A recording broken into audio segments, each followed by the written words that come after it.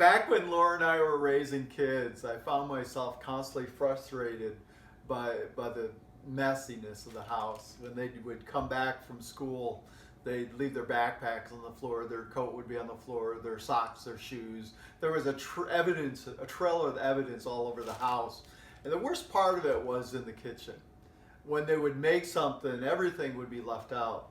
If they were making a peanut butter and jelly sandwich, the bread would be there, the peanut butter would be out, the jelly would be out, the knife would be there with globs of peanut butter and jelly and crumbs all over the counter.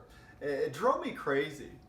Actually, today, if there was a mess in my kitchen, it would actually make me happy because it would mean that my kids are home or my grandkids have been to visit, and I welcome those messes. But at that time, I was trying to figure out, how do I solve the problem of the mess? How do I have a solution?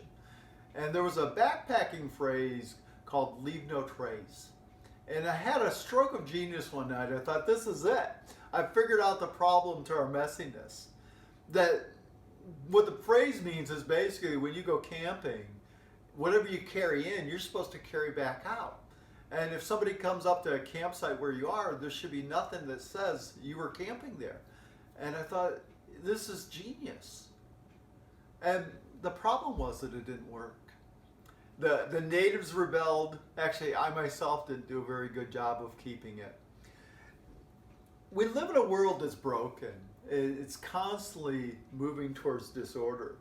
This brokenness isn't what God intended, but it's the reason why my leave no trace rule broke apart. We have this self-orientation that we basically do what we want, that what benefits us.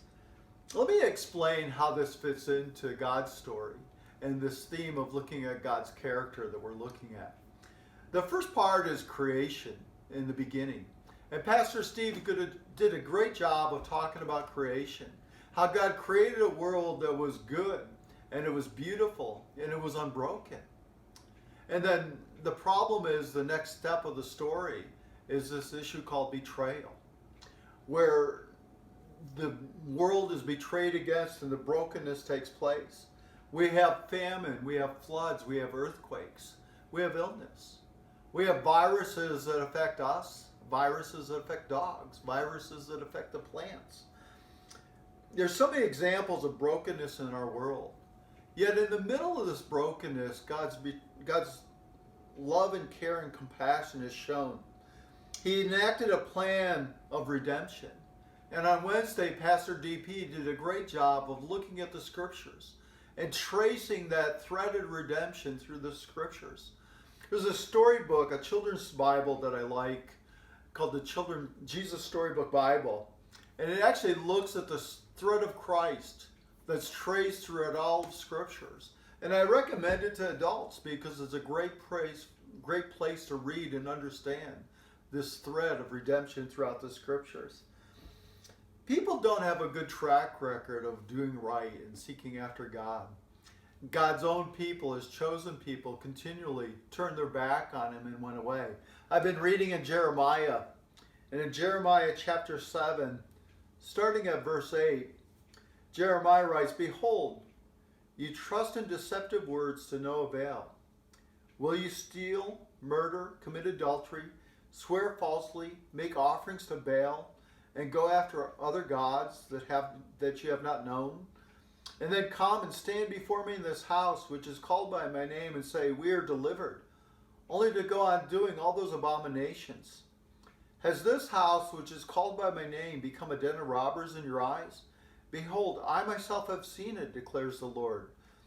It's mind-boggling to me that these people could think that I can do all these things that other gods, and yet come into God's presence and think that they're okay, that God's going to be cool with them.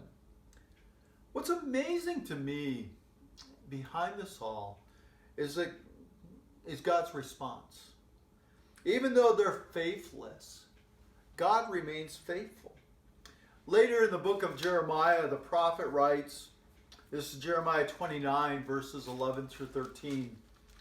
"For I know the plans that I have for you, declares the Lord. Plans for welfare, not calamity, to give you a future and a hope.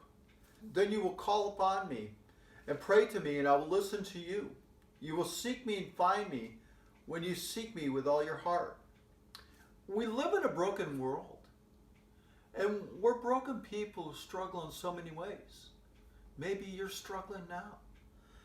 We have a God that remains faithful to us, even though we're unfaithful many times. His love's demonstrated in Jesus. He wants us to know and experience Him and His care. And He keeps pulling us forward continually, challenging us to trust and depend on Him. And He wants to continue to be faithful and kind to us in spite of what we do. Jeremiah writes in the book of Lamentations, "But I call this to mind, and therefore I have hope. The steadfast love of the Lord never ceases. His mercies never come to an end. They are new every morning. Great is your faithfulness."